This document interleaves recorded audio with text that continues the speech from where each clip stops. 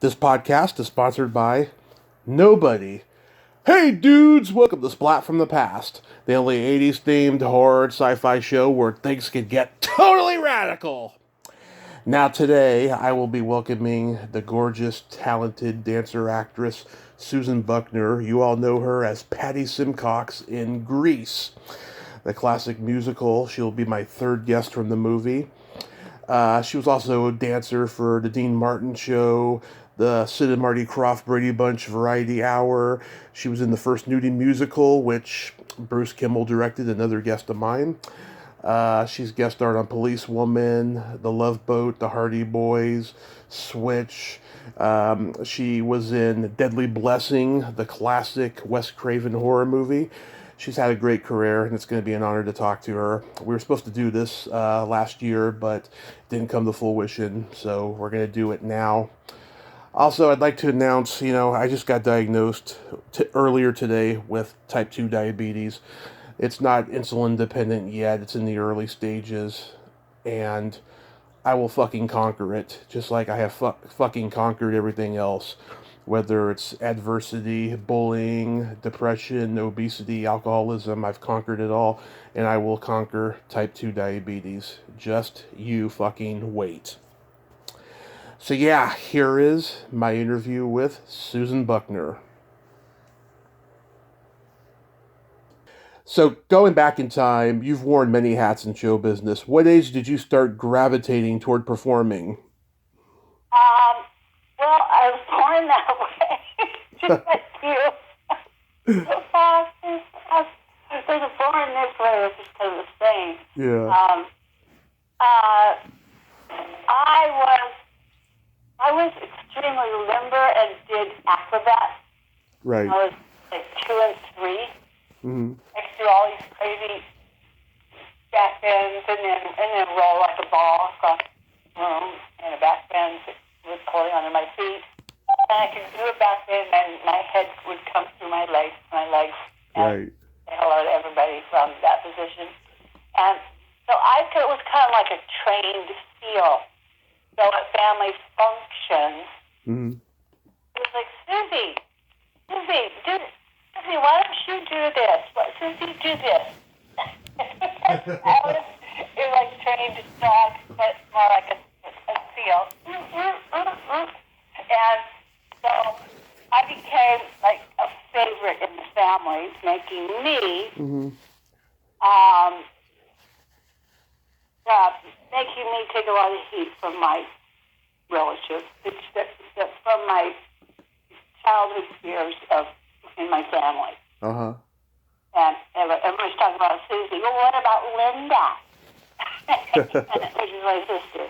And so my sister could rag on me with them because they felt like I was getting too much attention. Mm-hmm. So when that happens to you as a child, you learn that feels really good. Yeah. It feels really good when people are really enjoying you. And you're enjoying doing it. And it's not like I don't want to. I never said no. I'm eating, sorry. Well, it's really hungry. I haven't eaten all day. Mm-hmm. So that's when things started. And then my sister got to go to dance class once a week, and we had to drive downtown to go. We lived out in the suburbs, so we had to go downtown. Yeah. And you know that song, like to a car. Oh, yeah. Downtown, when you're alone, life is making you lonely. You can always go downtown. Petula Clark. Yep. Yes. Holy shit, you are. Yep. My mother used to have the hip parade. Mm-hmm. The hip parade was like a book or a Magazine. older songs. Yeah. Songs in it that had the songs and the lyrics. And when she would pull that out, we would do like 3 or 4 songs. I just never wanted to stop. I hated when we had to stop and go to bed. Mm-hmm. I was in heaven singing Pennies from Heaven and all the great songs from the 40s. And that Becker song was about hip parade. I was about it yesterday to a lady fair. All the stuff there. Oh, what fun. Anyway, I remember doing that. So I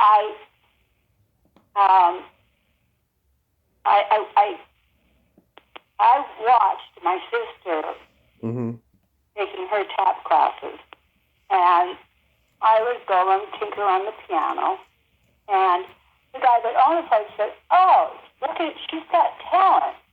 And I didn't think I had talent on the piano. I wanted to dance, but my mother could not afford to pay for 2 classes, and it makes me want to not give them credit for anything, because I know people here that have dance studios that were very popular and produced incredible dancers. And I know that the man took in a lot of talent that had no money. You know, and they were dancing in their with their strong dance troops, and they got to go. You know, he gave them a pass, and it was the right thing to do. But this guy didn't, but all he did was brag about me, and then when I make success, he's taking credit, and I don't want to give him credit. Because only the people in that, it was, you know, there was a lot of people who could afford to put their kids in classes. There were 3 classes after school every day. And those are the ones who typically got all the solos in the recitals. And got to we're in like every number. And I got to do one number in a group, no solos, and I couldn't, you know, it was ballet, and it got bored really easy, and really easy doing it, because I heard the jazz music in the other room. Yeah. The other room had jazz. I didn't do the tap. I copied it from my sister learned, but I did jazz. I do it once a week, and I liked that the best. I don't remember when I stopped dance class. I know it was because my mother could not afford both of us. We did both take classes once a week for quite a few years in our youth, and then I was always so high after that, like so pumped up after the recital, and it was a beautifully done professional piece of presentation. It was very strict with doing everything just right. But speaking of curtains and doing what typical amateur people do, they were very, very, very strong on making sure that never happened. But the theater was really cool, and downstairs, because that's right, you guys have in Florida. There's no downstairs. It's flat. There's nobody underground. They'd be in the water. You dig down like 6 feet, or 6 feet in some places, 10 in others. You hit water. So we're floating. But this is an old-fashioned. You realize the old-fashioned subject, but the theaters, the catwalks, all these things that to get dressed, and you had the individual vanity areas, each person. And that's where they did our makeup. Because I'm pretty sure I didn't do my own makeup. I could have done that at 5. Because I had to wait till I was 5 to be in the show. But I was so high afterwards that, and it would usually be in the summertime, so we would put on a show in my mother's house in our front yard. Because it was my mother and my dad left at 2. I mean, I was 2 years old. He was gone. I never knew him there. So we would make popcorn and put out chairs, or we'd put out blankets or something, or towels or something for the people to sit on, and we would kind of redo the recital that we had just put out, but we'd redo the ones of all the numbers that we weren't in, and my sister and I. And we could have some other friends in the neighborhood who would do it with us. And we were like a huge hit. It was, but because I couldn't finish with just the recital, I wanted it to keep going. Right. So I kept going. And then I was, because I was an acrobat, in junior high school, I became a gymnast, and then I became a medal gymnast. And so I was really competing against people again who were practicing in the morning and at night at the YMCA, where all the really good gymnasts were. And ours was more like a seasonal.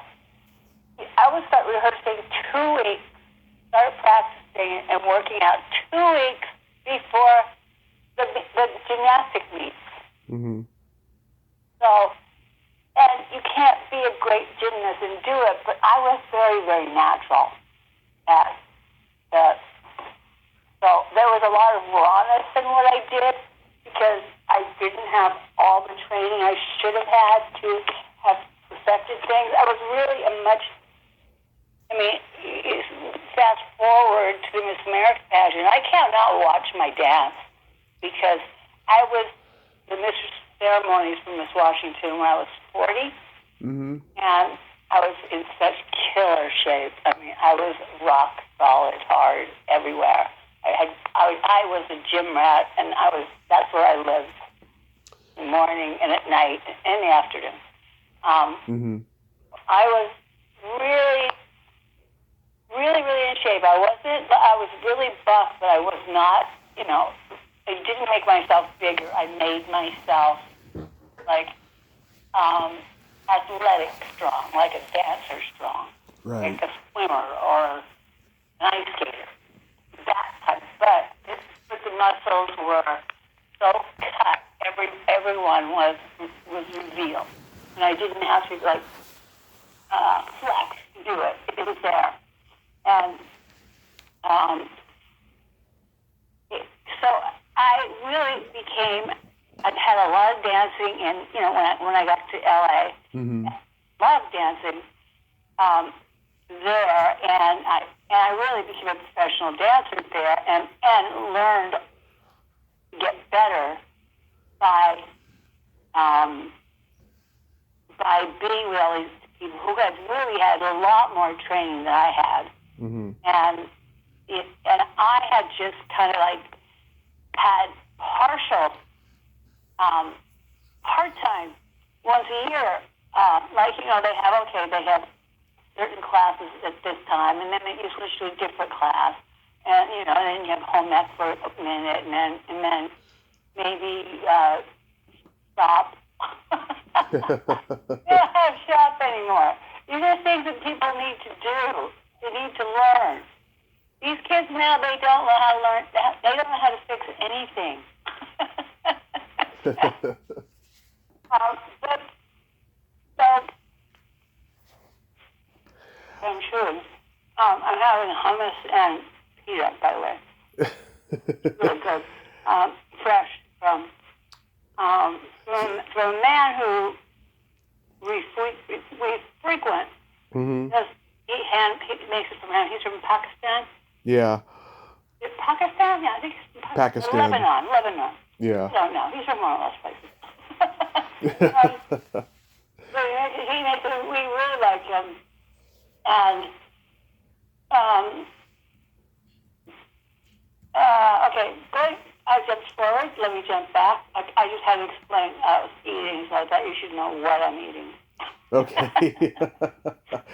So. I thought it's fair to give credit where credit was due. So you moved to LA and then you get on the Dean Martin show. How did that happen? Well, I had because my mom was really proud that I had these skills that I could do. I had, and she would push me. Not push, like she wasn't a stage mom at all. She because a stage mother is going to stand over you and make sure you do everything and drag you through things, and she never did that. But her hopes were there. So she had kind of some of the inertia that was part of my inertia of wanting something that was different than what other people wanted. Mm-hmm. And what, my mother and all my teachers never pushed me to go to college. Right. I did not have the money. We didn't have the money to put me in college. And they probably thought that I was going to go to beauty school or, I don't know, be a stewardess or something. I don't know. But my gym teacher told me I should be a physical education teacher. So when I was 16, after I was doing the gymnastics, and I was in junior high, and I got really popular because of that. Mm-hmm. And that made me, I felt it was phony. I felt that people liked me because I was medaling in gymnastics, and nobody else had. That the rest of the team didn't. But and they used to push their favorites, people that had of the wealthy family. They would push, try to get them in. But and they'd go to summer gymnastics camp, and working out for 2 weeks to prepare and come up with a routine, a floor routine, because I did all around, the beams, the bars, the unevens, trampoline. Hated vaulting. I didn't want to vault. And then floor exercise, which was because I had danced, so Mm-hmm. and I could do my gymnastics kept improving as far as skills. Mm-hmm. And I was happy to get out of novice and go into the compulsory, I think it was called. Yes. Yeah. My medals still. I found one of them. I put it someplace safe, I think. So after doing that, being in junior high school, then I went to high school. And honestly, I didn't like school. I liked choir. I loved choir. And I liked that I was in the special group of the smaller. They did a group and they put a smaller group together, like Pitch Perfect. and we did cooler songs. We did contemporary songs. We were doing Crystal Blues Persuasion. We were doing really nice stuff. Mm-hmm. And our teacher that taught music taught Russian Huh. That's How about interesting. that? Yeah. And I liked him very much. He moved away, and he contacted me recently, and Mm-hmm. and I kept saying I'd call him, but I would be in the mood to say yes, but then it never came about again. It was weird. It's weird. It's probably a whole thing in my life always, but I don't know why. It's more, I have a little bit of phobia. Mm-hmm. Phobia. Maybe it's because I have 30,000 emails that I've never erased. Voicemail. It goes straight to voicemail because I'm not going to listen and erase everything. I should just say, bite the bullet and just erase everything. But there's something in there I know that I'm going to need to do something. Or maybe there's a photograph somebody sent me that I wouldn't have if so many people gave me photographs of me because they were fans and collectors. And Mm-hmm. and a little bit like you, where, I have to ask people who are fans about shows and who was in them. They know everything. Right. Everything. It's amazing. It's like, okay, they're like my memory bank. I really just consider them my friends because they really are in my life. I can ask them a question. I can contact them. And they always will. I'll have the answer in 2 seconds. Mm-hmm. Okay. I go forward. I'm going back. I'm not staying in how did we get there. Okay. How we got there was, I was 16. Yeah. And I was working professionally downtown. I was getting paid. And I was getting paid more than the teachers. Mm-hmm. That I went to school with. And, but I had all my credits. So, which is kind of amazing, but I did. I had all my credits. And I only had to go for like half a day. I could show up at 10 o'clock, and I had a car, a different car. It was a 55 Chevy Aqua Blue. It would have been nice if it was a 57. Mm-hmm. Maybe it was a 53. But it was a clutch. Everybody knew how to drive a clutch. Everybody learned on a clutch. Now, I had a car that had a stick. I had a Mini Cooper, and the first year they came out. And what was amazing is that I was the only one that could drive it. Mm-hmm. Nobody else could drive it. They didn't know. My daughter learned, but and my son learned. But like my boyfriend didn't, and my girlfriend didn't, and Right.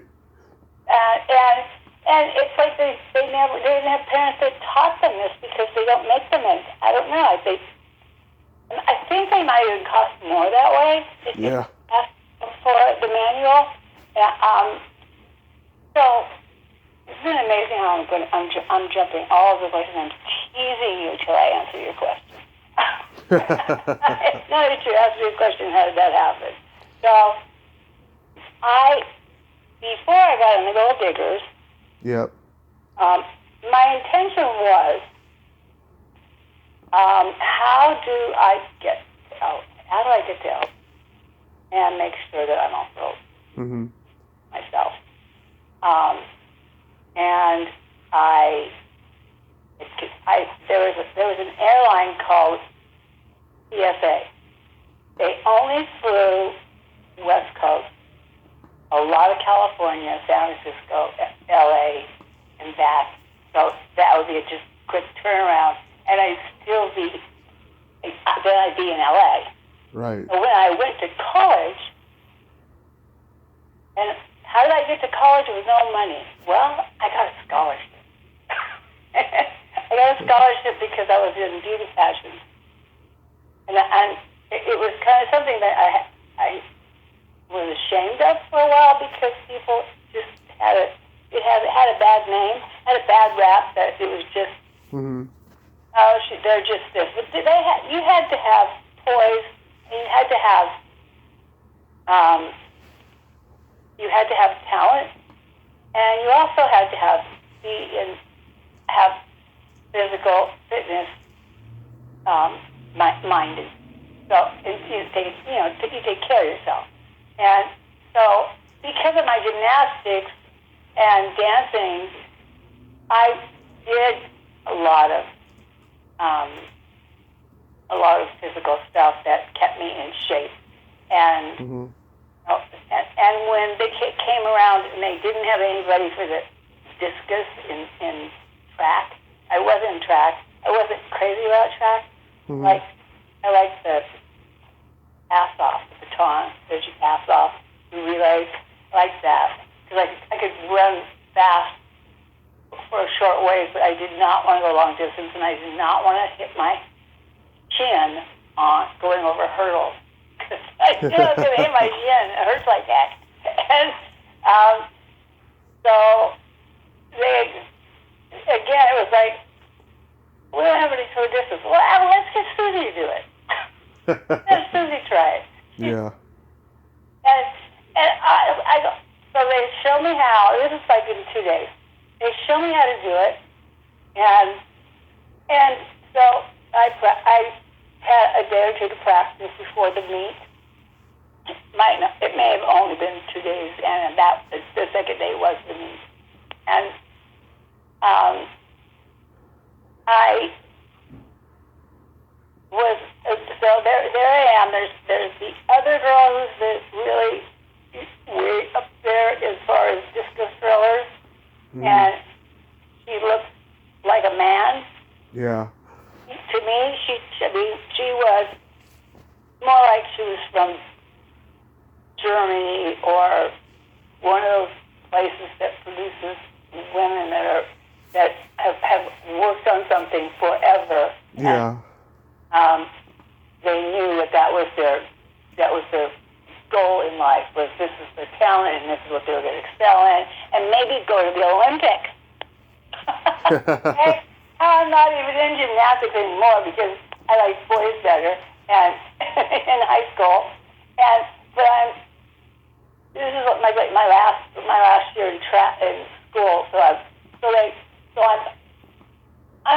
I'm watching this girl warm up. My God, what she did to warm up was, it was this insane. The uniforms she had, the gear she had, how she warmed up, everything she did, it was insane. It was like, oh, I'm screwed here, but the worst I can come in is second because there's only two of us. It doesn't really matter how far back mine is than hers. And so she got her throw in, I got my throw in, and I came in second, but I was 2 inches behind her. So yeah. That was pretty a pat on my back. Yeah. That I could not believe this woman. And the same thing happened to me in gymnastics. In gymnastics, they had people who had their parents were pushing them, and they had money. The YMCA is free, but that's where the people would go, and the good coaches were there. And I did go there a couple times, a week. And otherwise, I had to get a leg up somehow, because this woman who was the coach wasn't even a season of it. It was a few weeks, and there I was competing, and I was keeping up with the girls that were going to take all the first and second and third place, and I came in first in regionals, you have to do a lot of regular, just, Yeah. doing, everybody's competing against everybody in that town, Mm-hmm. Seattle. But then all of a sudden, then there's regionals where the strongest ones go to regionals, and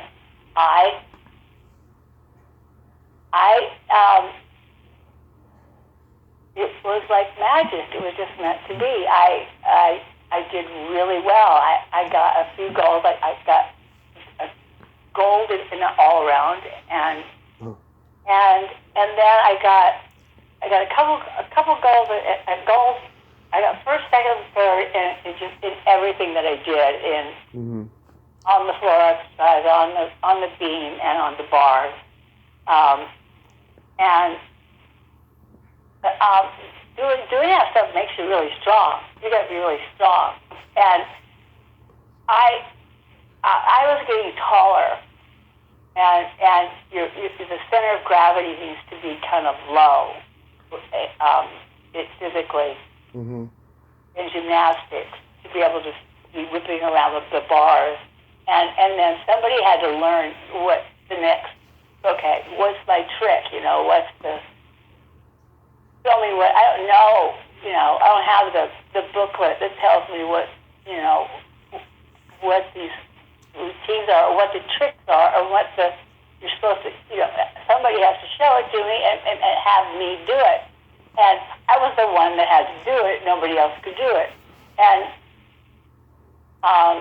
so I had that in my pocket. I had dancing and a dance background, which gives you a leg up in gymnastics. But I didn't have it to the degree that I got when I started doing it with the gold diggers. But that was somebody said, I didn't even know who she was, and I used to talk to her. I lost her phone number. I don't even know how she thought I would be good. Her husband told her I had a Miss America smile. Yeah. And I think that's what it was.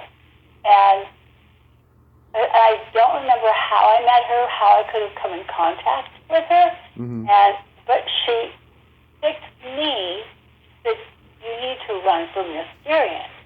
That was the Miss Seattle at the time. It was my town, and or my suburb had the pageant and had the facilities, a beautiful, beautiful theater that had a lot of people who did summer stock and they did plays, and that's where they held the Mysterium pageant. And I had a dance that I did. It was dance combined with gymnastics, which people hadn't done yet in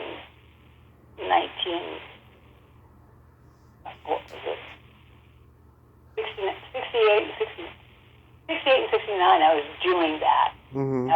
I watched. Elvis Presley had. Am I putting you to sleep? Elvis Presley had a special. Do you remember that special that he had? Oh yeah, the Midnight Special, Gary Muledeer. It was. I was watching the dancing, and it was absolutely. It was really good. They did a lot of. They didn't just dance. They had moves, strong moves with tricks they did that were more gymnastic-like.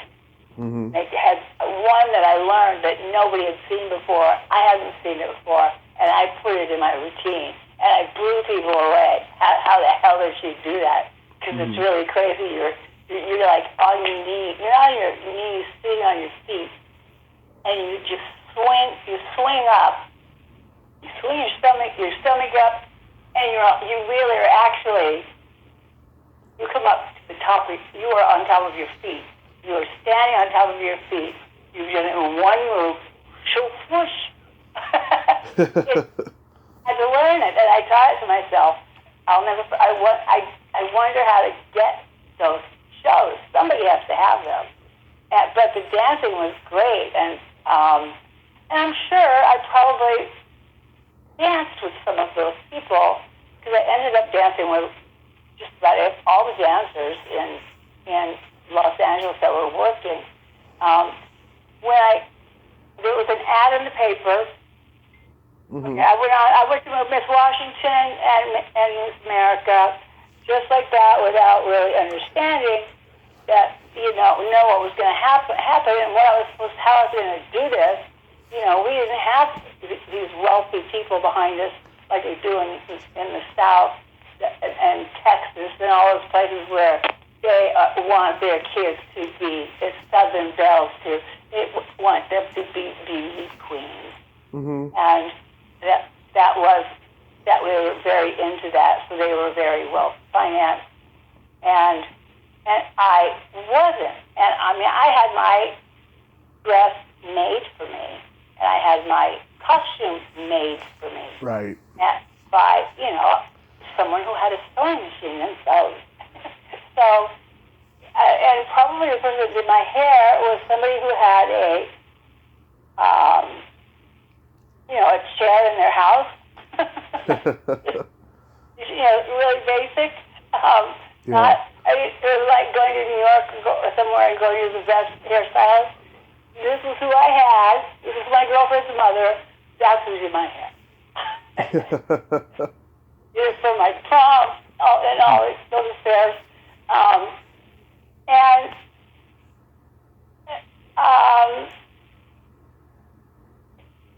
so I got through. I just got through, and I saw this guy when I got to Miss America pageant. Mm-hmm.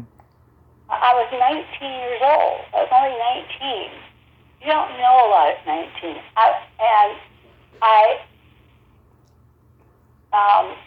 had gotten a scholarship from Miss Burien. I got another one from being Miss Washington, and I got a really nice one, winning the swimming suit and evening gown, which they put together, portion of our show contest, and being in the top 10.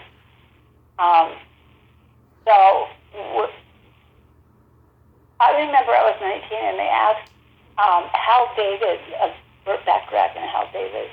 I mean, it's like, what a dream come true. And Art Fleming, the original Jeopardy guy, right, was on it forever.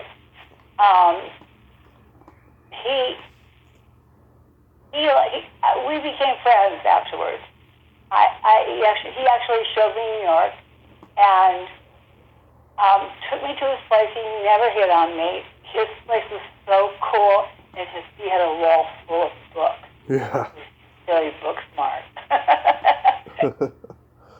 Talking about Jeopardy. I have letters from him too that are very interesting. And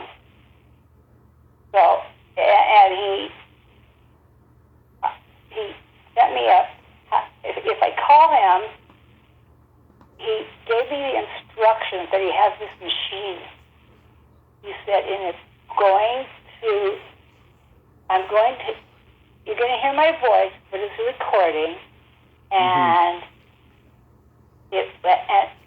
when it beeps, you wait until it beeps after what I say, and then that's your cue to leave me a message. And that was the beginning of answering machine. Huh. It was like, I have this letter with him explaining it to me, and he typed it or handwrite it, I don't remember, but it was totally him, and it's amazing how many people don't remember Art Fleming. Yeah. What was Dean like to work with? Huh? What was Dean like to work with? Well, how did I get? Let's go back to. I went back to my hometown. I had to go to. Had a scholarship, so I went to college because they paid for my room and board. They paid me a salary, and they paid for my school. Mm-hmm. So, of course I'm going to college. and I took all the things that I wanted to do, which was theater. Swimming was great. I loved swimming, and the swimming coach liked me and spent time with me to push me along because he thought I had something that I could take gymnastics and turn it into swimming. And it was a community college, it was a 2-year community college, but I had to go do my Miss Washington duties. Mm-hmm. And go around and cut ribbons. Every time a store opened, I had to drive across state with a chaperone that I hated. We hated each other. Mm-hmm. And it was like, I didn't want to be, I had a car. They gave me a car for a year, so I was Cinderella. At the end, they took it away. And it was the only license plate that in Washington, they had them already for a long time in California. They had the vanity plate. Mm-hmm. I have a book about with different plates at that time, which is really fun to look at. I have an album. Huh, I'll take a look at it. That's cool. It is really cool. I have an album cover book that shows all the different album covers, and that is really cool. And I have a game about a music game, songs. Name that song and sing it. So it's probably like that. So I like that. That goes back to my mother and hit parade. So my mother saw in the newspaper Mm-hmm. while I'm kind of going to college and hanging with my friends and then I can't show up to all my classes because I've got all these duties to do for. Mm-hmm. And so before I got a chance to get bad grades, I would drop out of a class. and then and I'm pretty sure they'd have to pay for the next time. They'd pay for it the next time when they could because it wasn't my fault because I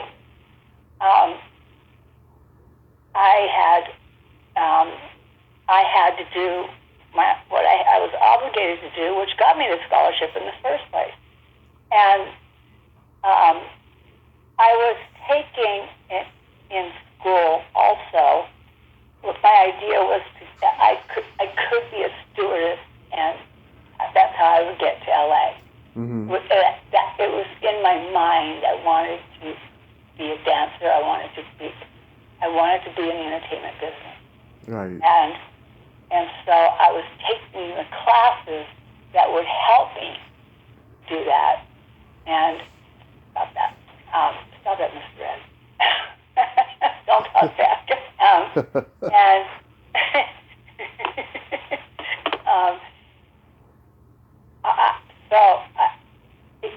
My mother saw an ad in the paper that it was basically just like American Idol is now. They went to different cities all the way across the United States. They sent out certain cities, I think Chicago, Philadelphia, Cleveland, or somewhere in Ohio, and California. Mm-hmm. I'm guessing that this is just, and Missouri. She might have tried out in Chicago because that was close to her. Mm-hmm. So I'm just guessing that because now, I mean, I might have known at one time exactly, but they were coming to Seattle. And my mother saw it in the paper, and she wanted me to go and audition. And I did. I guess I might have done the dance I did and the routine I did for the pageant. And they hired me because of that, but they hired me they liked because I was really at this a person. I was the personality, so I was the MC when I was in the Gold Diggers because we toured, and we usually toured with really cool bands like the Matt Davis group, Bobby Goldsboro, Jerry Vale, Tony Orlando, and we did a lot in Las Vegas before it was Disneyland for adults. It was the Rat Pack days. Yeah. How was Dean to work with? Dean was hardly around. Yeah, I heard he didn't like to rehearse. But really, he didn't need to. Mm-hmm. It made him fun. He was spontaneous, and he didn't want things to be too rehearsed. And he wanted to go, and people did not think that they'd ever go for it, but he amazingly did because he wanted to do it in one way, and then he wanted to do a country western stuff because he liked cowboys. he liked the westerns, and so he would come in when we were shooting. He would come in for that one day, and I'm putting my tray up where the dog won't get it. Yeah.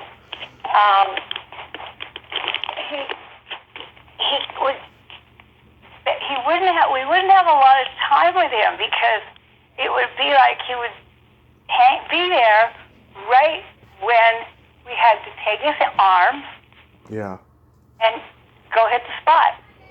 He didn't know what a spot was. He did songs. Yeah. He never had a problem with the songs. And I can't remember if they were pre-recorded or not. I don't think so. Not him.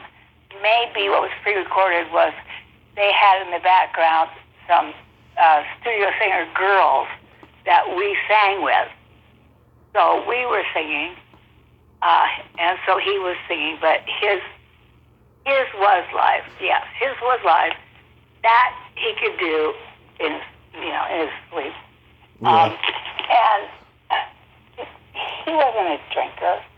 Yeah. and my girlfriend swears she smelled alcohol on him, and I don't know why she says that, because it's just not true. But I mean, they did. The Rat Pack on stage, they would all be drinking on stage. It wasn't fake, and he couldn't have been drinking because he would not have been able to do what he did. And drinking, and he was a great golfer. And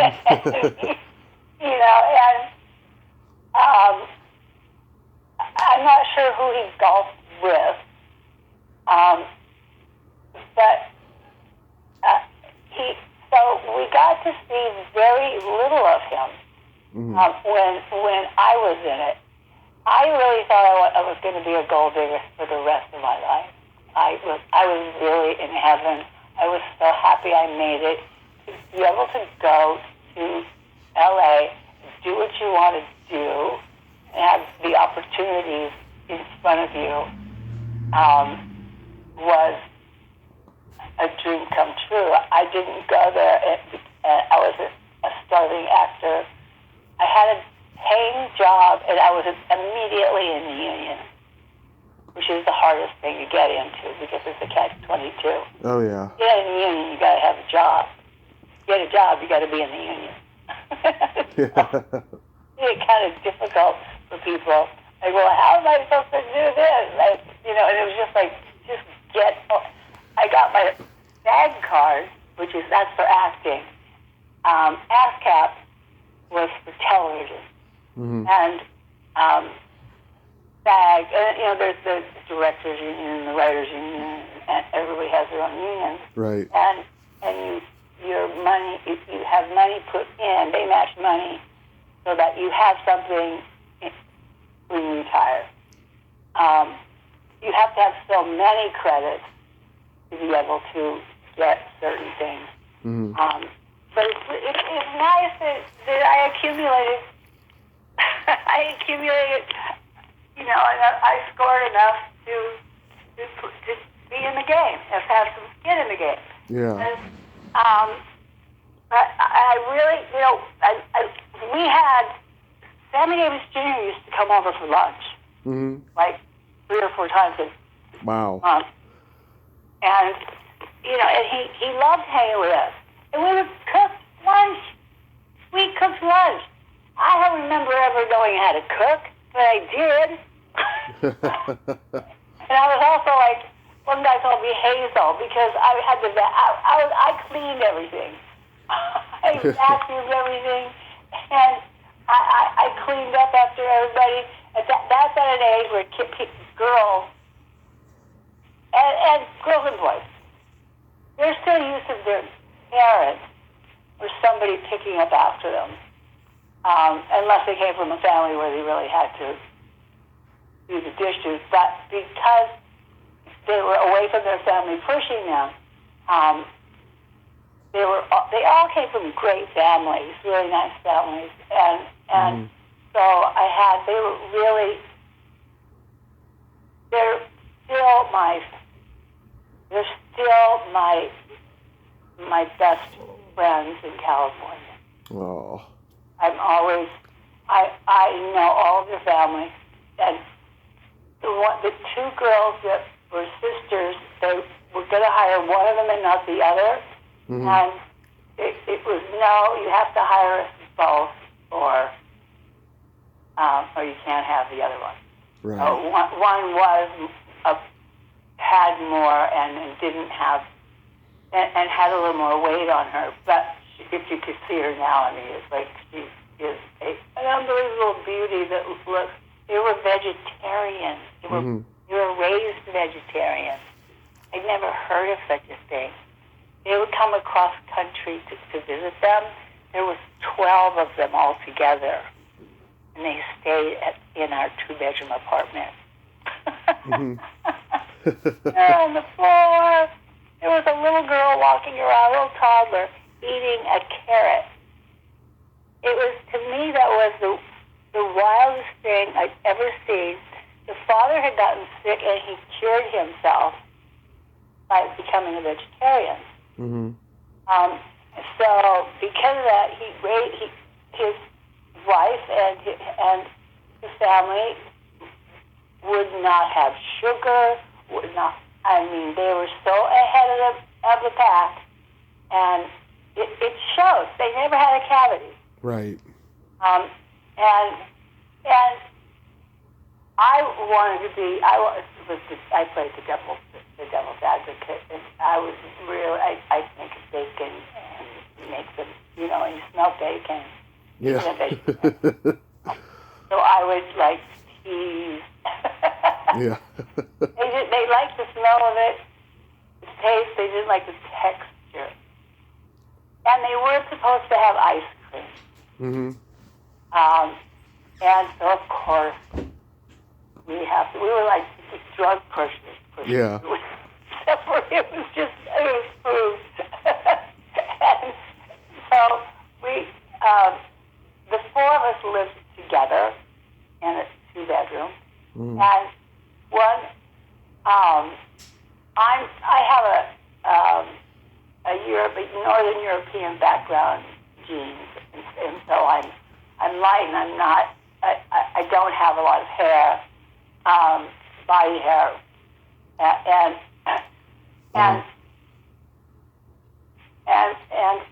one time the other 2 came from all of them. They came from a background of Italian and Hungarian.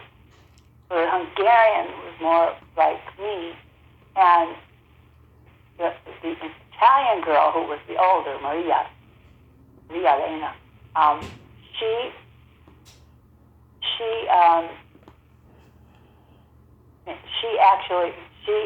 one time for some reason I slept with Deborah Mm-hmm. who she was a black girl who could really pass, you know. Yeah. She was light, and we became tight, and we sang together, and the four of us first had a group, had a singing group. Mm-hmm. Fantasy. This was one of the first of that time of a girls group. We signed with somebody, and their father came in immediately and had it annulled, had it whatever. they definitely he killed it. And we, you know, when you're at that age and you sign something, you get signed. It's like, oh my God, I've really made it now. And you could be signing your life away, and you usually do. Most of them have, and did, and still it happens today. And you got to fight to have the ownership of things, or get it back. Somehow, and do like Taylor Swift did. She wanted to own her own music, so Right. she just said screw it. She went and recorded everything all over, and encouraged her fans to buy those ones, not the original. And I mean, she's really business smart, and she's got somebody teaching her, you know. And had somebody teaching her at a very young age. And it doesn't surprise me that she was with John Mayer, because when I first met John Mayer, he was 22, and he had this baby face, and that was kind of his insignia, was a little sticky with a baby face. And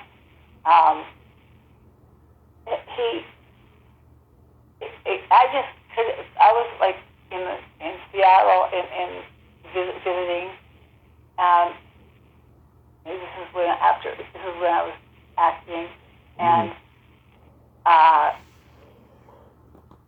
dragged my sister. Why I had to drag her, I don't know. Why she's so hard to get her to go with me.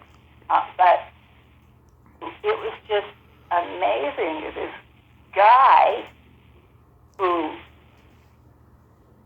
guy that has this baby's face. Yeah. And he sounds like this. He's so beyond his years, you know, with his talent. But he didn't have a good band. He had one bus. They were traveling around by bus. Mm-hmm. I was going to wait by his bus and say hi to him and talk to him. And I anticipated standing by the bus and waiting, but then I don't think my sister was down with that. Mm-hmm. My hotel was right down the street, downtown Seattle. So but he went on to become who he was, and it was exactly at the same time as Taylor Swift started, so it makes perfect sense. And they both, they somehow hooked up. With a weird ending. Wrote a song about it. About him. So he didn't think that was cool. How does the Brady Bunch Variety Hour come to you? After the Gold Diggers, Mm-hmm.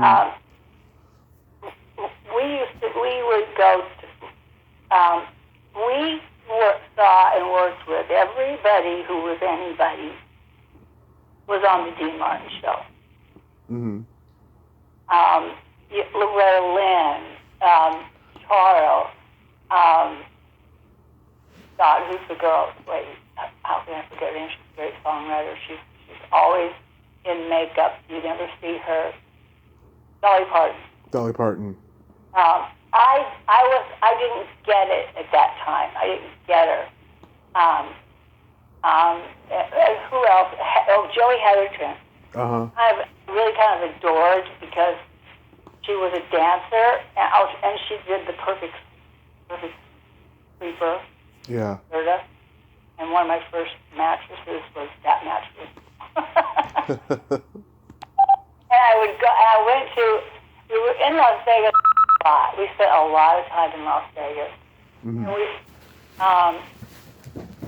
And so we met a lot of people, and Frank Sinatra took us off, a huge group of us, and the longest table that went from the stage all the way back to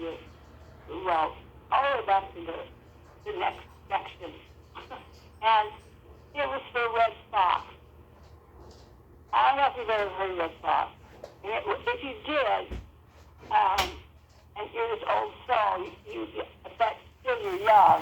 Yeah. You kind of have both. And I could not believe the things he was saying. It was so nasty, so dirty and raunchy. I was really glad I was towards the back because I was going under the table. Yeah. I was so horrified. Oh my God. He was talking about the taint. And the taint, he explained, see, there's the pussy, and then there's the ass. He goes, in between is taint. Yeah.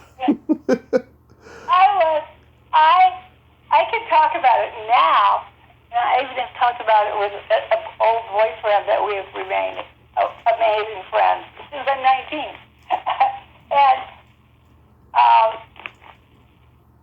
And being 19, I got to start going downtown because I had a car. I had a brand new 447, and a very cool car. It was copper color, but it was brand new, and it had a washing. I had sealed a magnetic seal. At Miss Washington. It was a big round, like a seal, like somebody, like some embassy person or would have, but you could take it off. But it was kind of cool to go around and have that. Nobody stole it. I did think about that and take it off, and I thought I was not in the right hood to be happy.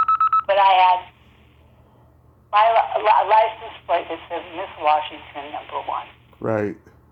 And I'm glad I wasn't drinking then. I don't think I was. Maybe I did. I don't know. But a policeman pulled me over, and I couldn't pick him why. But he just said, I just wanted to know. This is dark. This is after. I was at a nightclub. I was down at the nightclub with during the time with people, hanging out with people that went to school with Jimi Hendrix. You know, everybody had their 15 minutes of staying with Jimi Hendrix. He was the one at that. Right. He's Seattle's boy. He's wonder and my boyfriend did go to school with him. And play in a band with him. He was 10 years older than me. But we were like me and Mrs. Jones. We both had other people. So we were number two. We were number two. He was number two. I was number two.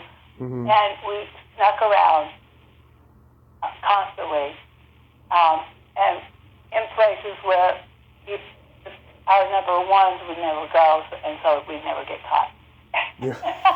And What, did you two have a quickie? We had longies. Oh. We spent the day together. We never got to spend the night together. We never got to do that. But we spent the afternoon, and we would spend the day together. We never had a quickie. Ever. He was a good lover. He Quickies are. I don't even want to bother having a quickie. No, I want the whole thing. Yeah. I want the passion. I want the intimacy. I want it to build up. I do not like someone who just wants to get off. Yeah. And I don't enjoy. I mean, maybe some incidences it might be kind of funky to go do something almost in right out in the open and nobody knows, and that might be funny. Yeah. And a turn on. And I've done that, but it has to be in places like that. Right. It has to be in a daring place. In the back of a cop's car or something. I haven't done that. I just thought of that. So, we met a lot of people.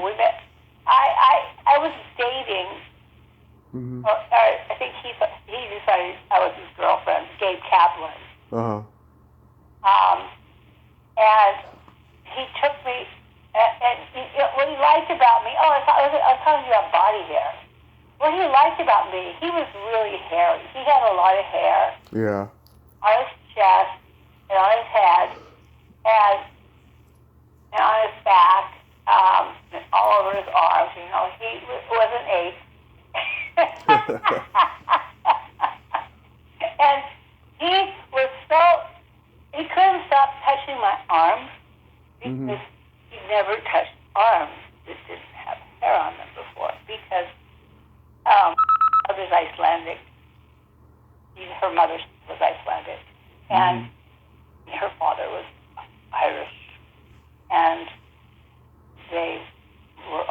that family was all born in Winnipeg, in Canada. Mm-hmm. Mother was a Canadian, and she thought her whole life until the end when I found out. I asked. There's so many immigration lawyers here in Miami because there's so many people from Cuba. Yeah. When I asked one from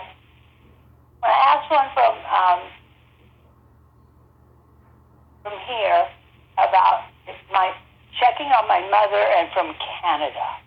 Mm-hmm. Well, she'd never had that one before. That was a newbie. That's not your ordinary. That's not typically what the immigration lawyers deal with here. So she was fascinated. Yeah. And he found out that my father had actually become a citizen 3 months before my mother turned, I think it was 18. Uh-huh. Or was it 21? Whichever one it was in 3 months. But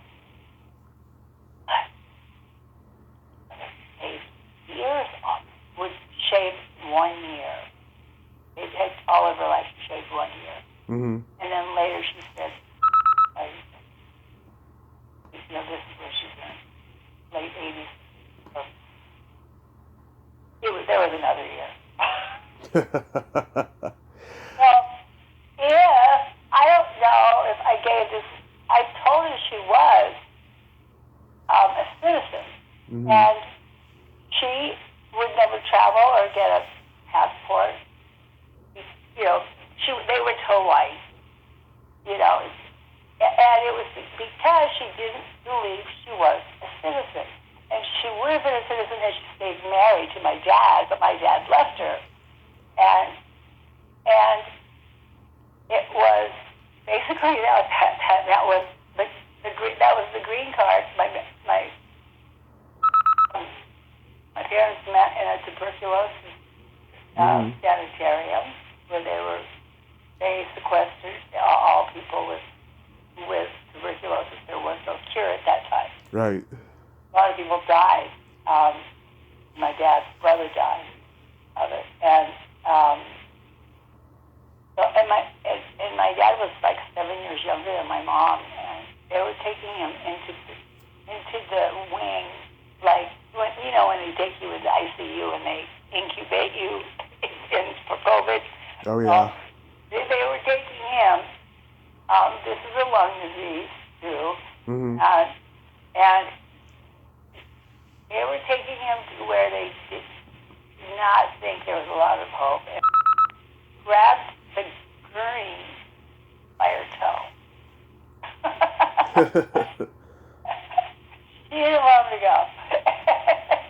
So she stopped him from going, and he recovered, and they both recovered. And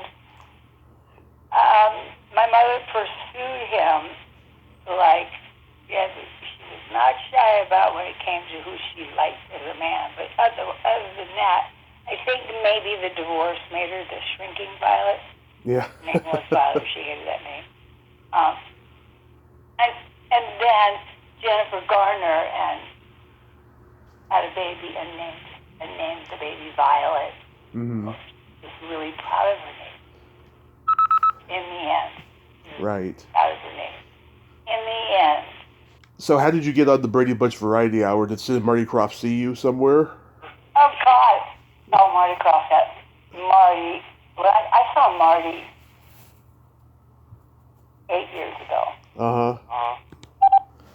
And he was like, okay, so we're going to take this slow. He said, are you married? I said, no. Yeah. He said, okay. He goes, we're going to do this.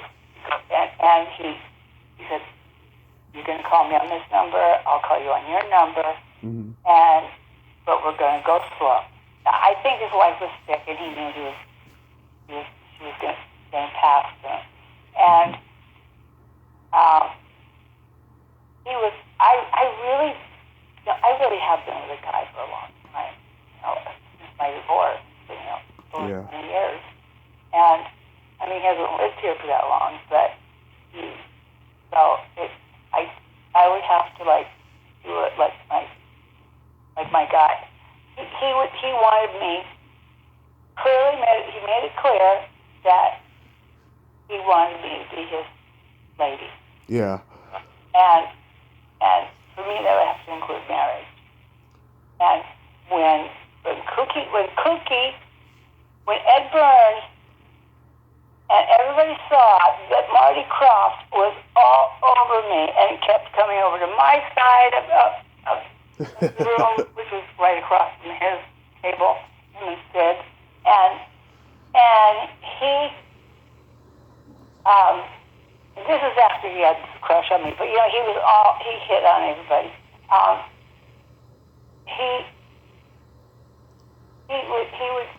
He would woo me into doing things, and he would always tell people. I learned later he told everybody that they were going to make them the highlight. Right. And of a show, and they would be the one that would step out. And so he got me to be the head. I was by no means. There was a girl who made all the swimming stuff, Right. Who was a dancer with us, and was on the Matt Davis show with us Mm-hmm. when we were in a group called. I've been in so many groups. Yeah. Groups, and I always made a best friend with each one of them, and Yeah. in each one of them. Oh, Splat. There's a group in Matt Davis show with Splat, and I have so many stories. You can laugh. I really get out and charging me every song. Did you? I'll be on the third. Well. Marty. Yeah. The thing is that I was with, at that time, we changed from fantasy. Mm-hmm. I dropped out of the Gold Diggers after a year and a half, year and 3/4. Right. I did not know that they went all over the place looking for somebody with a big personality, Mm-hmm. And that could also sing and dance. And they found somebody, and somebody was told to go see somebody in the show, and they went and looked. Right. And I hadn't realized that I was chosen for, there was a specific thing that stood out to them, in that I had chutzpah. I had listening to that movie. I had true grit. They liked that Yeah. I worked for the audience and was fun with the people I was auditioning with. Right. And so that made them want to make me the MC, the mistress of ceremonies. So I would always introduce the next number or the next solo, and I got a really cool solo. It was a Shirley Temple song on the Good Ship Lollipop. I love it. Love it. And it was to be done with Kay. Yeah. I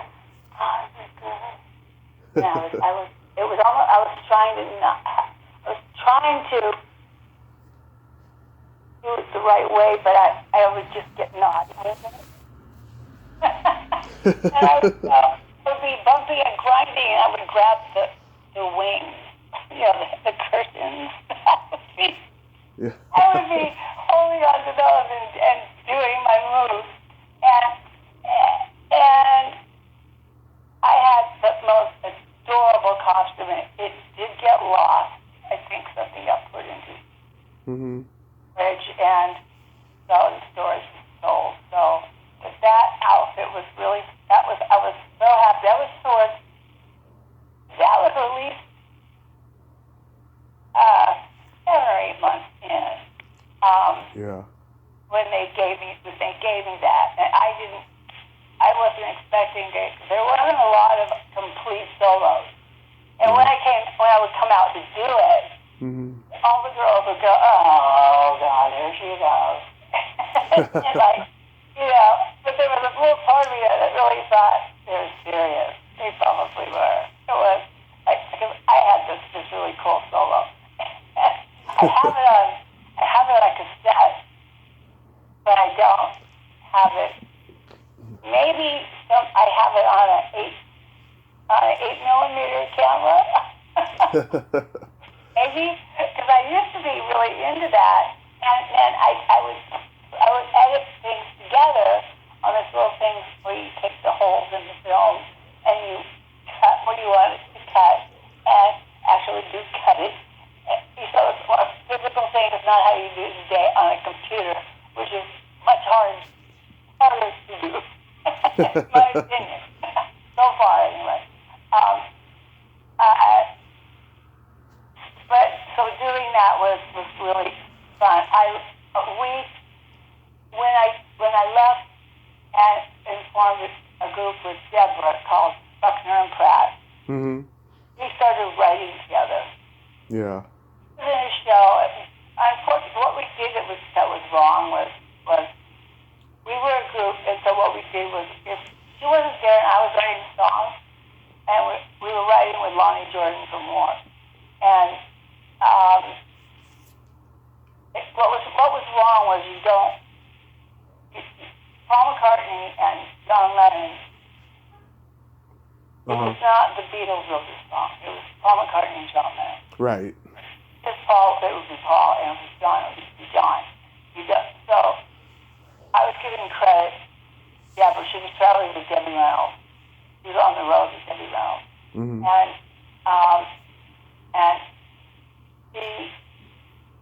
I wasn't happy that I gave up a credit that should have gone to me completely. And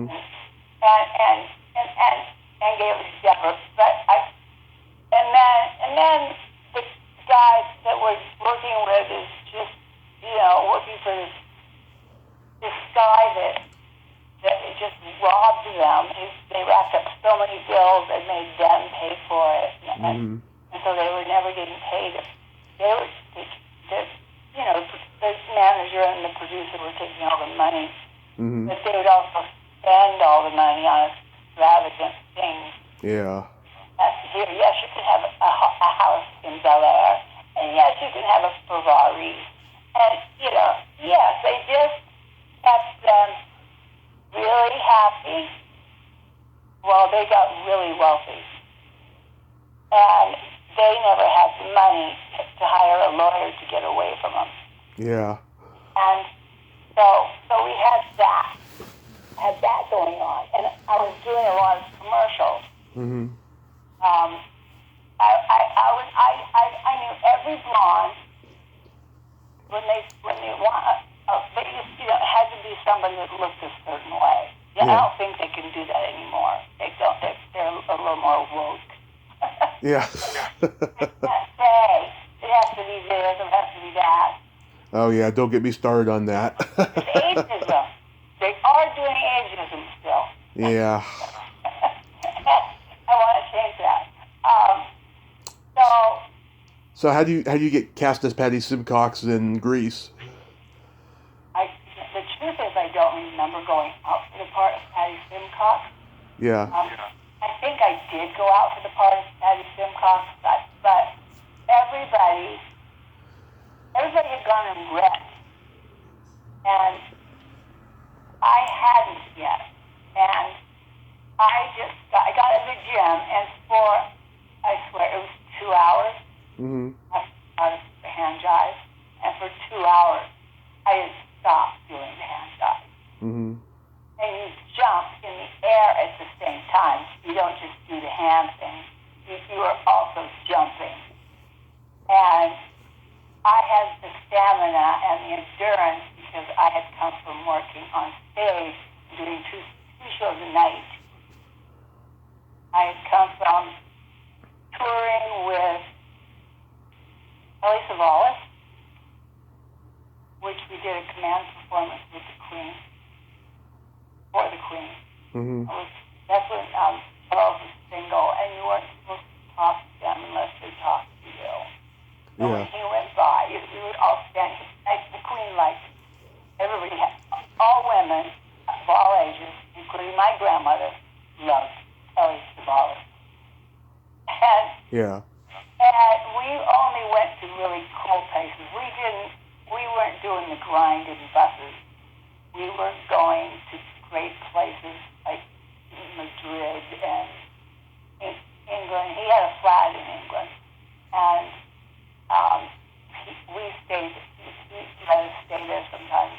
Mm-hmm. And we had a guy that liked us in Mexico. Mm-hmm.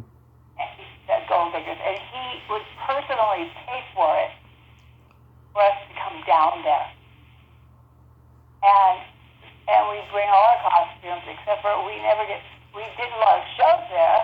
Mm-hmm. And it was very weird. I really felt like I was better because I was an American, and I went in front of the American embassy. I was a daredevil, and I could not get away with stuff like that today.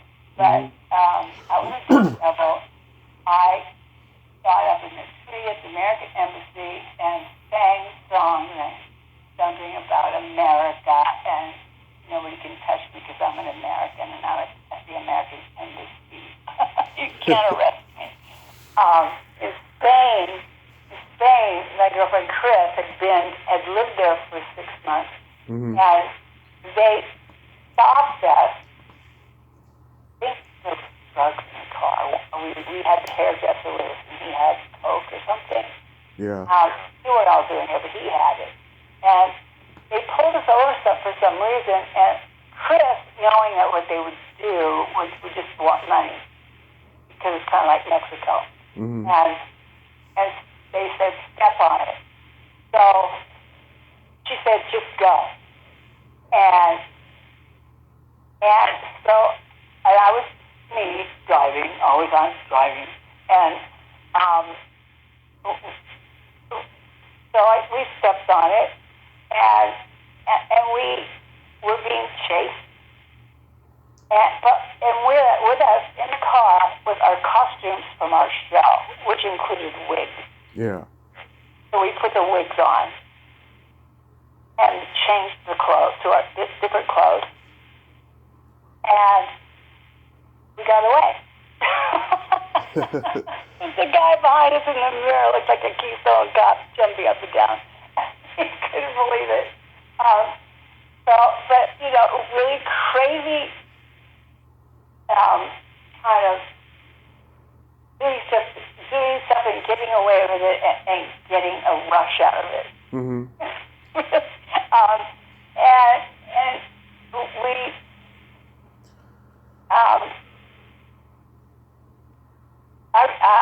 God, there's so many different. I would be doing that. I'd be writing. I was writing the album, which came out the same year as Grief. Yeah. And the album, I designed the album cover. And then they gave credit to other guys who maybe actually, they didn't design it. They just did the mechanics of it, of the paperwork and making an album cover. Mm-hmm. I could design it, but I couldn't cut the cardboard out and and make a whole bunch of those. I didn't have a press. Wilt Chamberlain, great stories of Wilt Chamberlain. Yeah. I was not one of those girls, but he liked me a lot. And I remember, I was into architecture, and I remember I was still in Seattle, and I read about his house. And that it was like in Alice in Wonderland, because when everything was built for his size, Yeah. toilet, the dining room table chairs, your feet dangled on everything. Mm-hmm. You could jump into the water in the living room and swim under some beams and come outside. Yeah. He was wanting me for something, and I was using him for something. Yeah. And I had on a fur coat, which he kept wanting me to take off, and I wouldn't. I mean, he could kiss me. We could be like high school and make out. Yeah. But no, that's it. And he wasn't a no means no kind of guy. He'd wait a little while and then he'd try again. But at the same time, I was getting a great tour. Then we went in the bedroom, and over his bed was bigger. It was not a California king. It was a Wilt Chamberlain king. Yeah. Wilt Chamberlain had a skylight over the top of his bed. Mm-hmm. And he opened it up. In front of the bed was a bathtub. A great big giant bathtub. Yeah. Which I put in my house. I had one made for my house, so I have a great big giant bathtub where I could put my computer on the side while I'm watching TV and trade stocks. I just keep adding hot water, and it drains. It's not a jacuzzi, but I mean it is a jacuzzi. You can turn it on, but it doesn't really do enough. When they were first made, and they just weren't hard enough. They weren't hard enough to really be beneficial as far as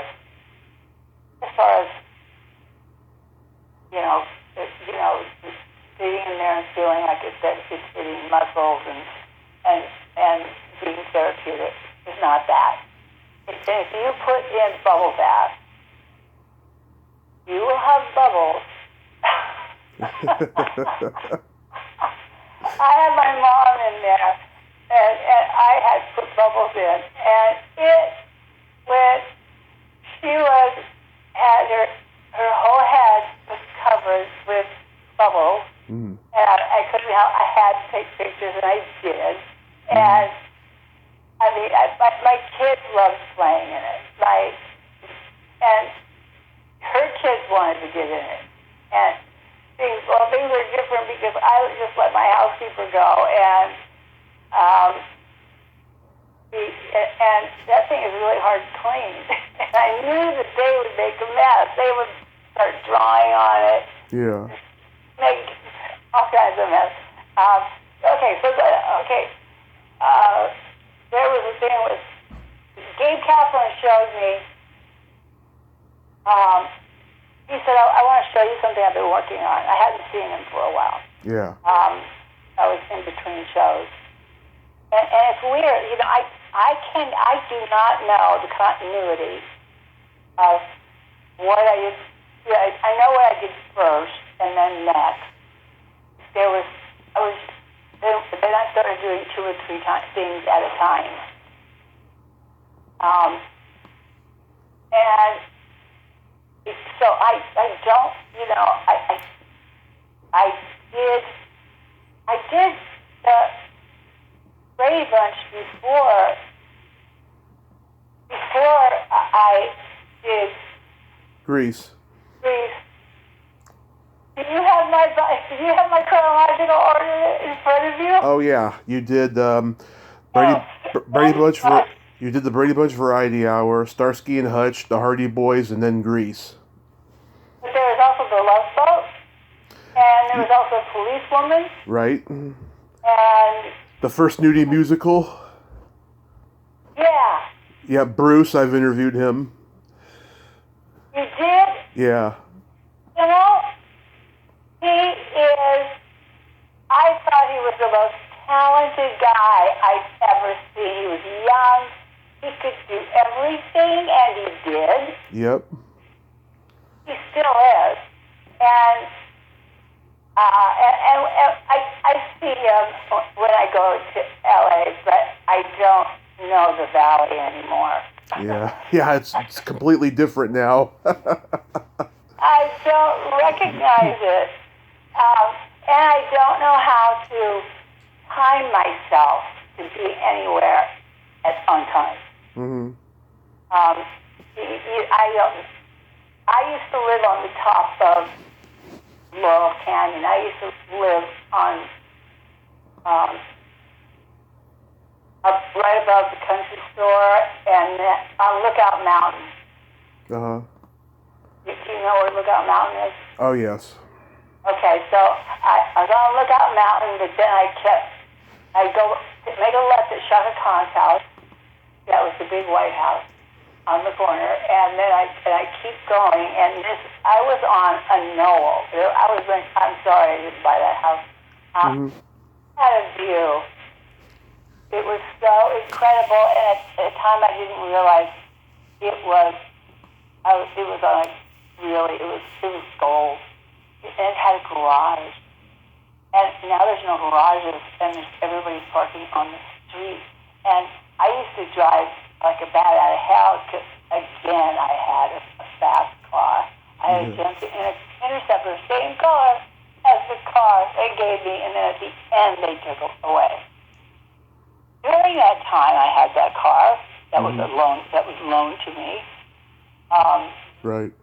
I had 2 big black dogs, and because they would pay for my rent, I told my dad I wanted to move out and have my own place. So he gave me the place that he first had lived with his wife that I still don't like. And she's dead, so whatever. He gave me his place, and so my boyfriend and I, who I met, who was really cute, Burt Reynolds, good looking. Yeah. And we were living together, and the people that were while I was Miss Washington, and the people said, if people knew you were living with somebody, you could lose your crown. I said, well, you're not going to tell them, are you? And And then they told me, and this is the first time I'd ever heard it, Mm-hmm. it's just as easy to fall in love with a rich man as it is with a poor man. Yeah. And, I tell other people that today, girls that today, because I never understood what it did for you later in life, and the people who had, if you get in trouble, you need to have some good connections. Right. And That's true. The tree in front of the American Embassy in Mexico, and they wanted to hold my bags at the airport, Mm-hmm. and I just said, okay, and I grabbed my bags and I ran out of there. And I did things. That I would have been so busted today. And of course, security is different today. But because I was an American, they weren't going to screw with me. And I didn't think so. And I pushed the limit as far as I could. Right. Always. I guess I got that thrill seeker thing in me. And that probably helped push me to go. I would be on a television series, and I was when it got canceled, I was, oh good, because I want to go back to auditioning. Mm-hmm. I like auditioning because I like practicing. Right.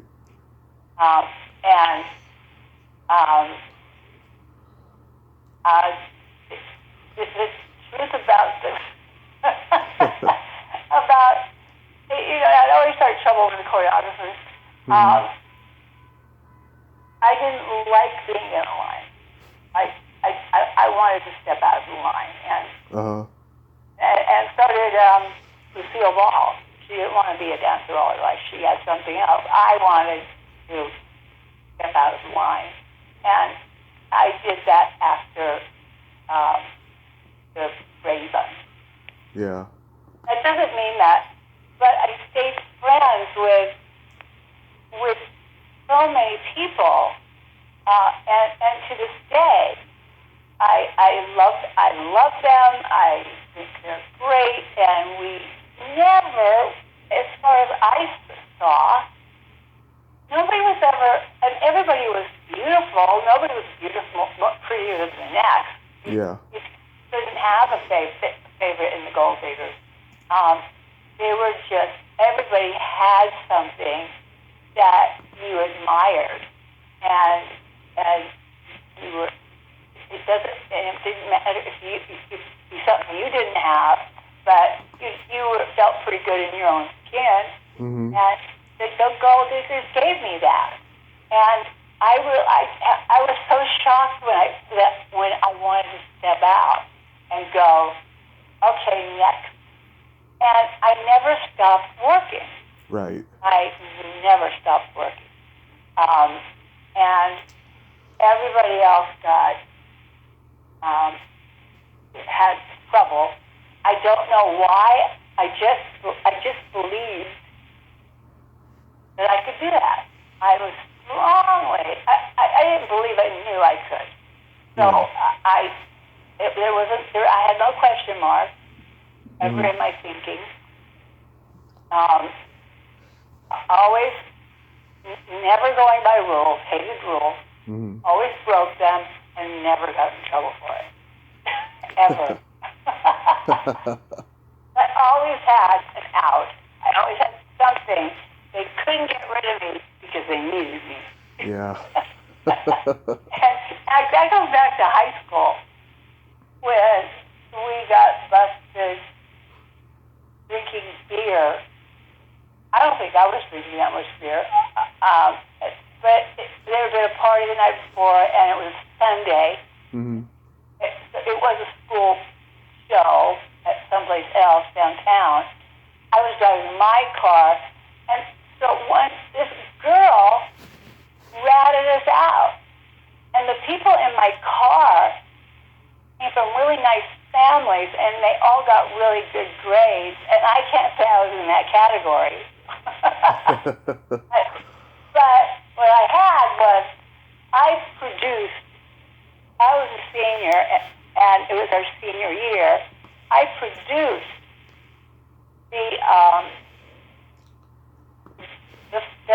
the big show for our graduation. Mm-hmm.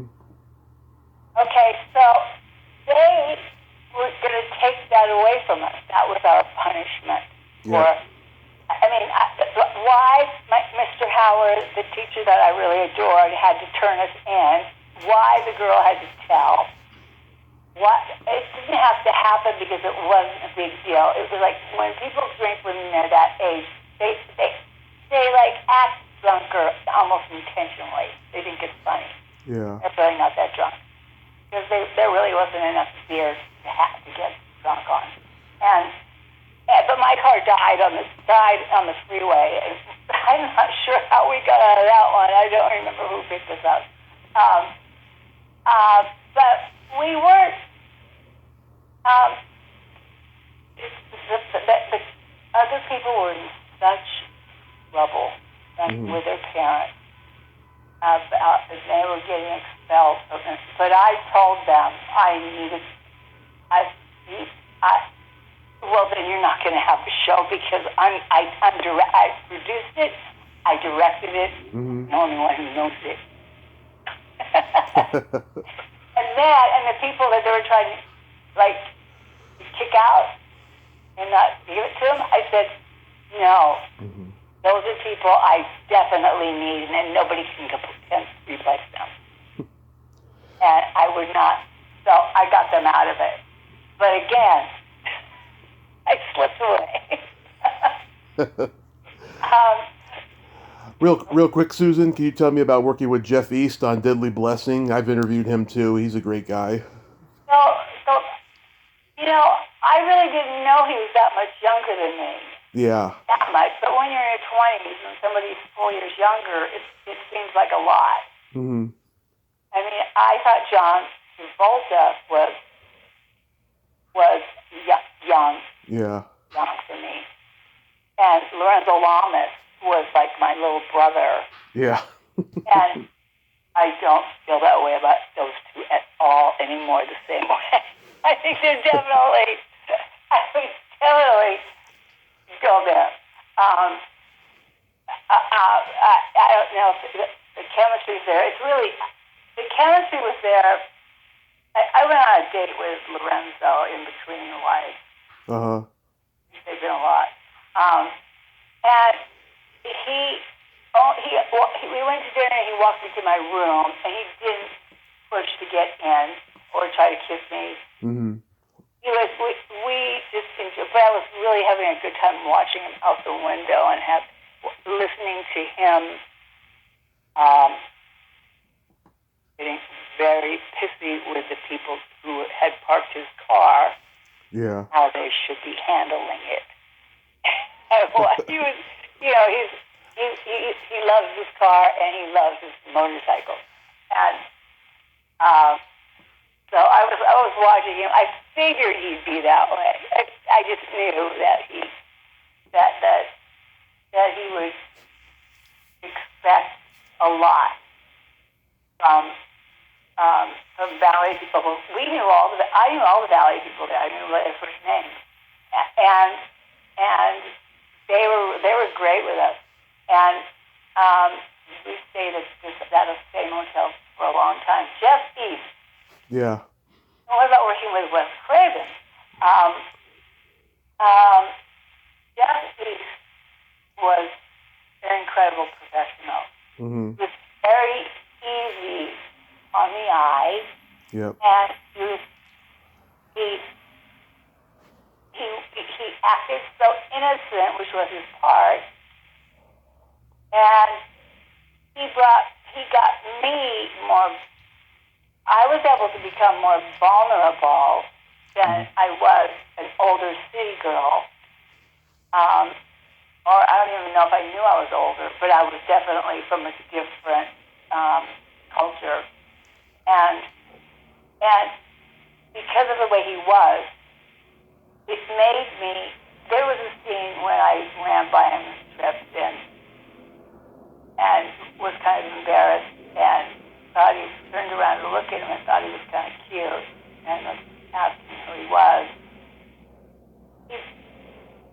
He made it really easy to all of a sudden like him, because I was just asking about his, he was Jim's brother. He was my girlfriend's husband who died, brother. And I also had worked with that guy on When the Whistle Blows. Oh, yeah. The bar. That bar. And he was, that was so, probably my biggest my heartache about leaving. I didn't know I was leaving. Mm-hmm. Thought we were moving here, and he lied to me. I didn't know I was going to quit. Mm-hmm. I was done. I wasn't. I had just started to get to the point where people were asking for me. Uh-huh. And I didn't have to. I never went to auditions anymore. I only went to meet the director and the producer. Right. Even went to meet. I met Dustin Hoffman on my own in a room with couches. Two. I was on one, he was on the other, and we just had a conversation. And he, I stupidly said, well, actually, I don't like actors. And then, but you really wasn't like, the part of actors I don't like is going to auditions with actors who are all up for the same part, or a few of the different parts, and they're all talking about what they just did, what they have coming up. They're all selling themselves. And I would just cringe at that. Mm-hmm. Some of them actually were doing it. One of them was getting married to, yes, we forgot it. Quaid. He was getting married to Quaid. Randy Quaid? Or Dennis Quaid? Dennis Quaid. Okay. I don't know. It might have been Randy, because Dennis was, the one that was married to Meg Ryan he was married to a dark-haired girl for a while, and apparently was... Dennis Quaid was married to P.J. Souls before Meg Ryan. Was P.J. Souls. They were just having a very low-key thing. And I listened to her talk about it, but she wasn't letting the whole room know.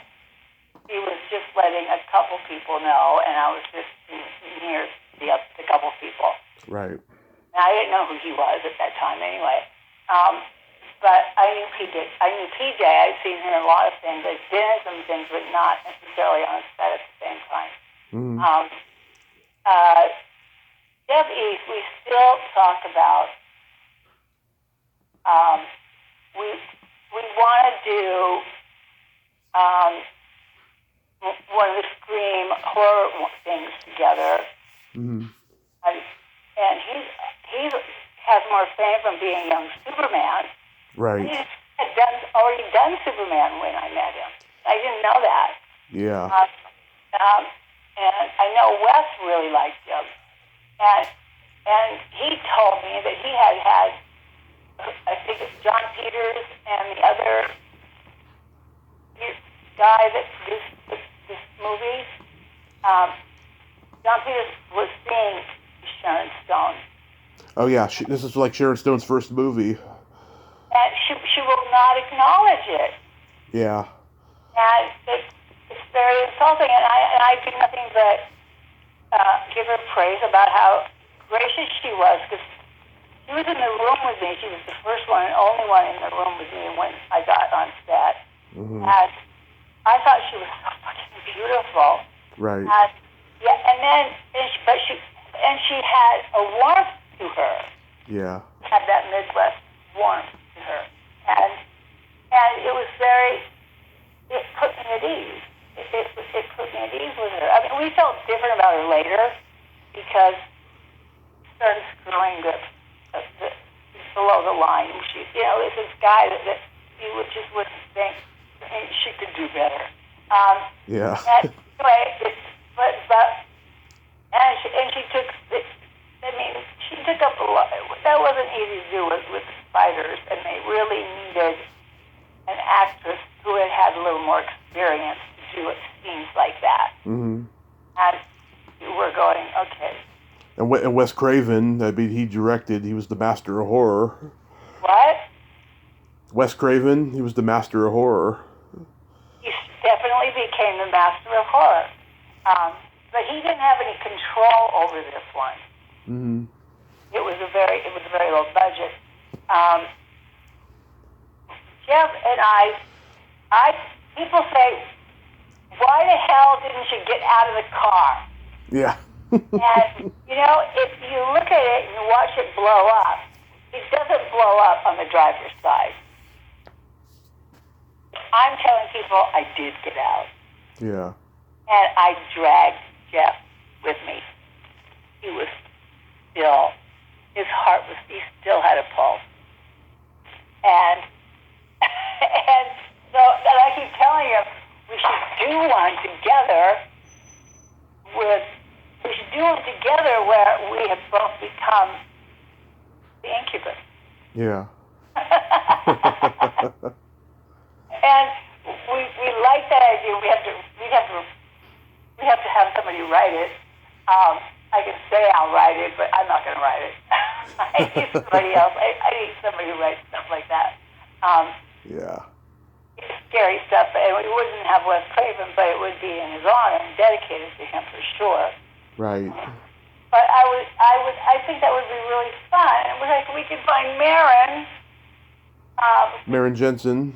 Sneak in, because we were so tight. He was with Don Henley, and we went to the movies together, Mm-hmm. and we hung out together, the three of us, and we were. Then she called me like 10 years later. Come to see me. Come to Aspen. And I don't know why I didn't. And I had two little kids by that time. Mm-hmm. And Wes Craven, if you listen to, if you get the Blu-ray, Mm-hmm. and you listen to Wes Craven talk about each person, he didn't spend a lot of time on me. He said she was just a pro, and she said, let's get this done. And basically, that is the way I was. I was very professional, and I had finally felt comfortable in my own skin, and I wasn't playing a character. I wasn't playing a character actor. Right. Actors like Patty was a character. I wasn't part of a group. I was, I had to. It was really hard working with those girls because even one of them was scary, but all of them together. Mm-hmm. My first scene when I go to the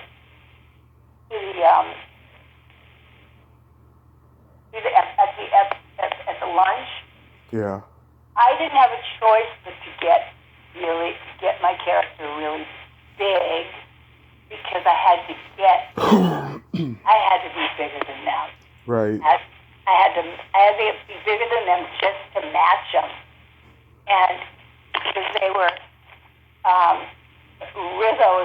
Stoppard was really scary. She didn't, I think she was doing another movie at the same time. And she was really funny. She would come so late. We would all come a little bit late. And we had to be taken aside and let being late. All of it. But who made me look good would stalk her because she'd be 2 or 3 hours late. Mm-hmm. And then she'd bite into a red onion, like an apple. She'd eat like an apple. Right. Sit in the makeup chair. Huh. And the makeup person got some really needs a mask then. I can't believe makeup for somebody who just ate a whole onion raw. And I'm good friends with Lorenzo, and I've been good friends with his last 2 wives. I'm very, very friendly with the one he's marrying in November. Oh, that's good. We do the wedding. He's very likable. And Yeah. he keeps them young. Yeah, his ex Kathleen is a friend of mine. Yeah, and she has 2 kids. Yeah. That's fine. And it's hard because she's got to go back and forth to Idaho, but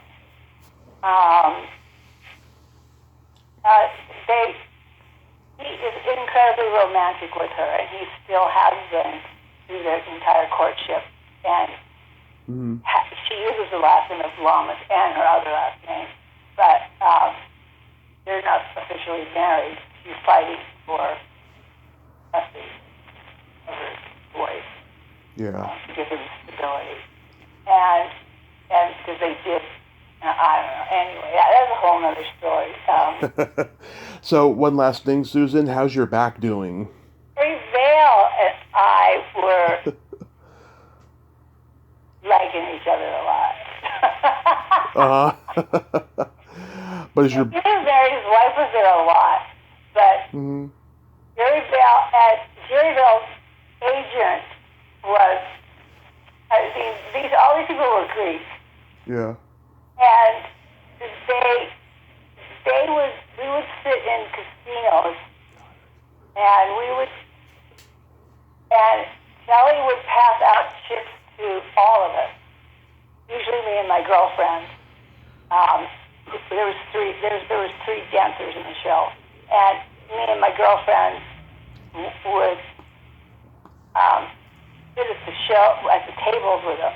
And he would cause such a scene because he was piling up chips so high. He was making towers out of chips, and not little ones, like $500 ones. And anyway, it was huge. And where everybody would come around and be so freaked out, what's going to happen? It was very intense. And then when the brother looked out for us a lot. Yeah. Billy, he took care of us girls and made sure nothing happened to us. And we loved him, and we always had really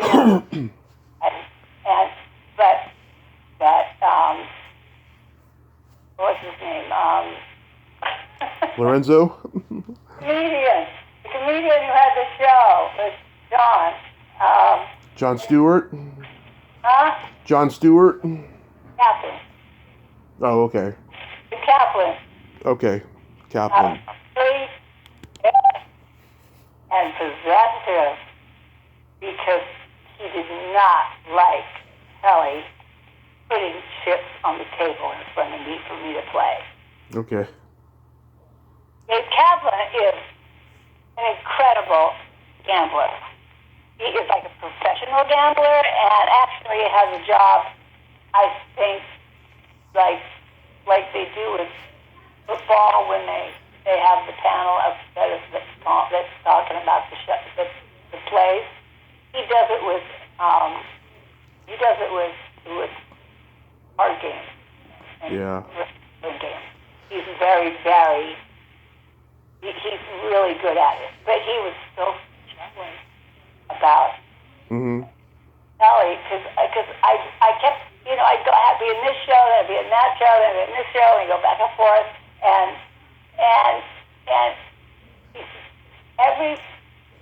you have worked with the people that are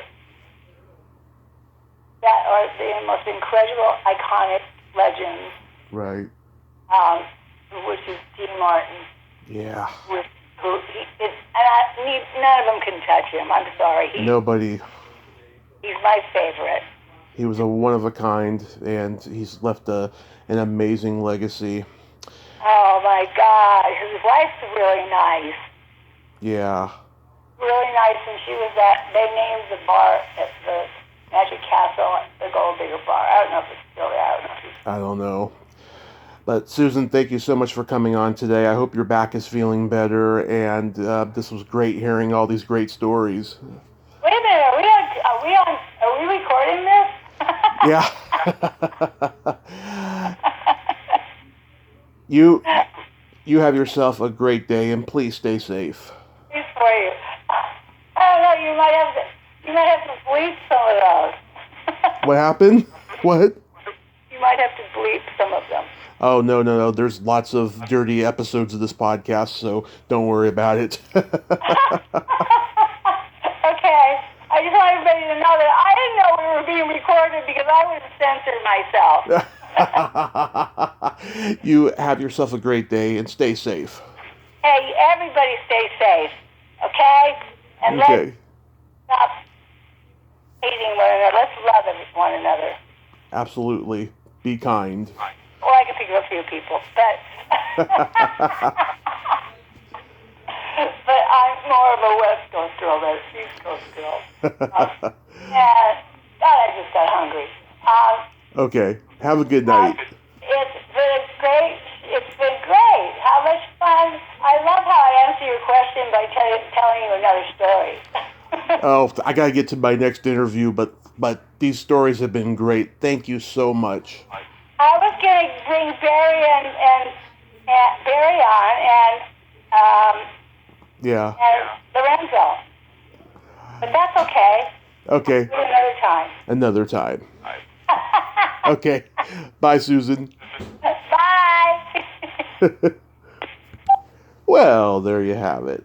Susan Buckner. Ain't she a sweetheart? What a great lady. What a ball of energy. Great stories there. I'm so glad we finally got to talk today. It was amazing. It actually brightens up my day, given the recent diabetes diagnosis. Well, but until next time, this is Tommy Throwback Kovac saying, there's no shame in living in the past, because the present sucks. Later, dudes!